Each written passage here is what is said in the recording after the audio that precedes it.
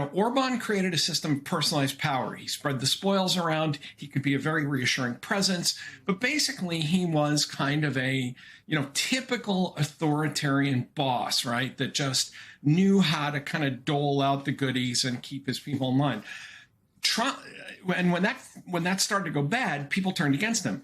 Trump does not have supporters. Trump has a cult, and they're a lot harder to shake when it comes to the conflict with reality, because a lot of Trump folks that I've encountered, I can remember a conversation with one who literally said she will turn off the news.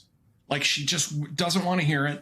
Anything that conflicts with her notion of reality, she just avoids it and will turn off the news. And I think that a lot of them, unlike Hungary, where people would support Orban because they felt like it was a transactional situation, will turn on Orban because he's letting down his end of the deal and doing things that they didn't expect, like curtailing their rights and some of the other, the bugging and spying and all the creepy stuff that he did.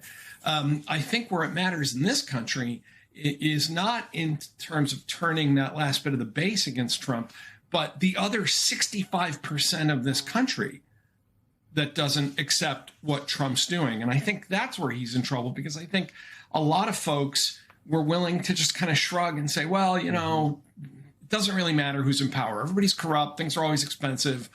Life is not fair, etc.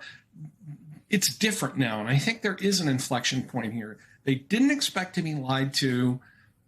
Even within Trump's base, they didn't expect to be lied to about the Epstein files, and they didn't expect to be taken to war in the Middle East. And things that had turned independence and right-leaning independence against Trump may be seeping into that base. But it's just a word of caution that there's always going to be about 35% of the public that just are not going to, they're lost. They're just never going to accept any new reality.